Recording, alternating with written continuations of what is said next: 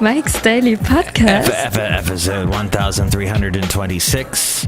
Hello, it is Mike Matthews, broadcasting from Café Anyway, located somewhere in Podcastro Valley, Mont. 336mm Daily, that's 336mm Daily, to call us here at the last place on Earth.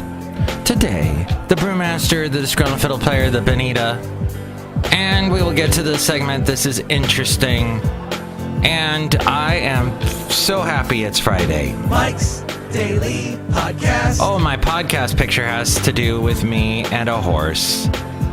So that's fitting. Mike's Daily Podcast. Because Benita will be stopping by. Hey, how you doing? It's fun that when you are grooving to the music like I'm doing right now, and I realize that I'm standing next to a cow. Wow, where did that come from? Mike's Daily Podcast. The cow was stepping on my foot. Not very pleasant. Hey, I was trying to get my steps in. Daily. That was a reference to Podcast. the last show. Yeah. Fitbit. You know, I got my first Fitbit back like in 2010. 2011, somewhere in there. And I lost my Fitbit when I was walking. And I emailed Fitbit and said, hey, I do a podcast. Do you want to be on my podcast and give me a free Fitbit? And they go, Mike, we don't want to be on your podcast, but we'll give you a free Fitbit. Well, that was very nice of them. Look who just walked in. Hi, Mike. It's Benita the Rodeo Queen. How y'all doing? I got Nelly. Hi, Nelly. Oh, I got a picture with Nelly coming up in the podcast picture. And this is the Disgruntled Fiddle Player tell you what. What? I'm really happy that Kim Jong-un is scared. He's scared of us and whatnot. You're happy about that? Yeah, because he ain't gonna give us no guff. Okay. No, I think he's giving us a lot of guff, but, well, I'm not a foreign policy expert, but I do know... foreign policy, but I do know someone walked in. Oh my God, make the root beer. Have some delicious root beer. Oh boy. I know there's some French election happening. And I know that when I moved from Alabama to California, in Alabama, I had purchased a huge 4-drawer black file cabinet, metal file cabinet. And my former wife and I were like, let's move. And here's today's podcast picture. Back to California. Moving to the Bay Area. And this is a podcast picture of the Bay Area, and I am petting Nelly the horse, Benita's horse. Well, actually, in parentheses, this horse belongs to someone else that lives in Castro Valley somewhere. But they got them right now boarded at this wonderful, huge field that the East Bay Regional Park District, and I think EBMUD, East Bay Municipal something underwater district. They have this huge facility that you can have your horses be at.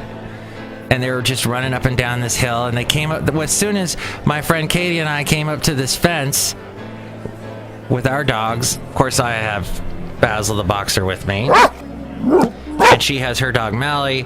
And these horses came walking up to the gate. It was so funny. And Basil gets all nervous. He starts to eat grass. And the horses are looking down going, oh, I do that.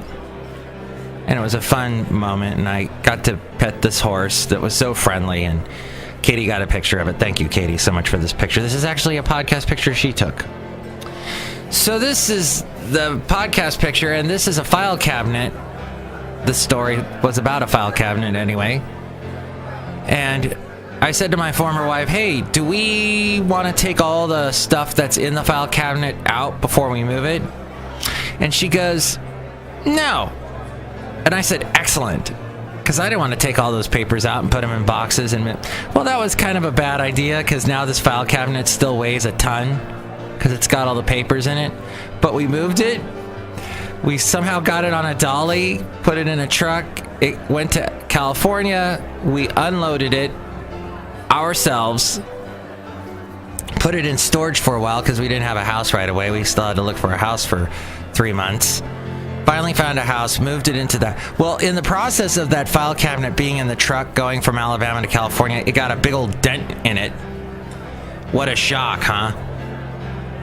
And I thought about all this as I opened up my file cabinet the other day to put the final tax return that I had that was made by my lovely CPA, and I put it in there and I closed the drawer and I said, wow, this filing cabinet has been through a lot. And if I were to ever move again, I would definitely take all the papers out. Some of the, a lot of the papers actually were instructions that I had kept to various things. And then I went through the instructions and said, wow, I don't own any of this stuff anymore. But maybe these instructions are worth something, said the man who thinks of everything has some sort of, that's called right. That's what that is. I don't want to be a hoarder. So I did actually take all those directions out and went through got rid of the ones I don't have anymore. The objects I don't have. And I think you should do that at some time. Take inventory of your life during the spring. Is today Earth Day? April 21st? Is that? I don't know, but I'm thinking April 22nd, tomorrow. I might celebrate my birthday. Not my birthday early. I might celebrate my real birthday that happened back November 22nd. I might celebrate it in April because I hate when my birthday is. Because it's always like around Thanksgiving, and people can't do anything with me because they're busy with family. So maybe tomorrow I should make it tomorrow. But Mike'sDailyPodcast.com is a wonderful website to go to. Check it out. And you can help out the show through the Amazon link. Click on the Amazon link, buy whatever it is you're going to buy. That helps us out. There's also a PayPal thing. You can donate to the show through that. And there's also all the past podcast pictures and the past interviews I've done, all there at Mike'sDailyPodcast.com. And now the segment that we like to call This is Interesting. Wow, this is interesting. It's pretty interesting. First off, General Motors said it has been forced to stop operating in Venezuela. Venezuela said, get out. After one of its plants was illegally seized by local authorities. The seizure in the country's industrial hub of Valencia comes amid a deepening economic and political crisis that has sparked weeks of deadly street protests.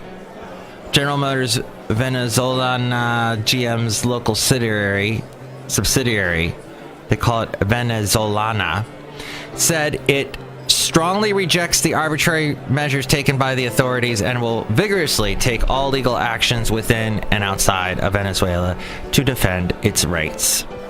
The auto giant did not provide any details about its plant being seized other than saying it was unexpectedly taken by authorities, preventing normal operations. It said other assets such as vehicles had also been stripped from the site. Venezuela's information ministry did not immediately respond to a request for information. Now, on to another story about an iceberg. A giant iceberg has been spotted in shallow waters off the coast of Newfoundland, Canada, and has attracted hundreds of tourists and onlookers. The towering iceberg, which emerged last weekend, measures approximately 46 meters at its highest point. That equates to 70,000 feet. No, I'm not sure. I don't know. The area off the coast of Newfoundland and Labrador, yes, they like to name their towns after dogs. Let's hear it for... I love Newfies. They're such great dogs. And Labradors. Yo quiero Taco Bell. That's one right now. Oh, wait, no, that's a Chihuahua. That's kind of a Labrador sound. The iceberg, which sits right there off the coast of Fairyland. They have a fairyland. Fairyland spelled like if you would take a ferry. Don't pay the ferryman. On the Avalon Peninsula is understood to be one of the first of the season. It has attracted many tourists who have reportedly blocked the Southern Shore Highway with their vehicles to take photographs. The huge iceberg, which is stranded in shallow water, has become a tourist attraction and drawn many onlookers to the small Canadian town. And now, Time magazine has unveiled its annual Time 100 Most Influential People in the World. They did that yesterday. A widely ranging group that includes global leaders and their advisors, musicians and movie stars, world-class athletes and chief executives. U.S. President Donald Trump made the list. What a surprise. Gee, Time. Obvious much? As well as his top two advisors, his daughter Ivanka and her husband Jared Kushner. But the eclectic mix of names selected by Time editors also includes Olympic gymnast champion Simone Biles, Pope Francis, Republican donor Rebecca Mercer, and actor Ryan Reynolds. This year's 14th annual issue features 5 worldwide covers, each featuring a member of the 100, including John Legend. All of me needs all of you. Isn't that one of his songs? I'm gonna love you like I'm gonna... He does that one with that girl. Actress Viola Davis, Amazon chief Jeff Bezos, philanthropist Melinda Gates, and British actor Riz Ahmed. Some years the list has the feel of a loose, lively dinner party, people who mostly don't know each other, but it would get along. They'd get along if they did. This year is a bit more complicated, said the Time editor-in-chief. Finally, Instagram is cracking down on fake account activity. Don't you hate when you post something on Instagram and all these fake people, fake entities give you a like your picture, and all they're trying to do is get you to click on them to look and see who they are and then click on their website and all that. Not that I've ever done that.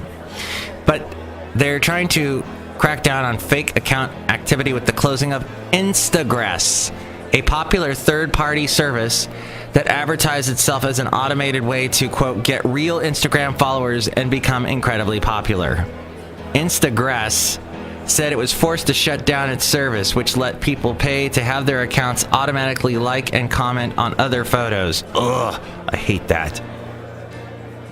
They were asked to, by request of Instagram, to shut down. The tool is, quote, like creating a small robot clone of yourself with the same interests and style, then letting it work for you on Instagram to gain followers. But now it's shut down.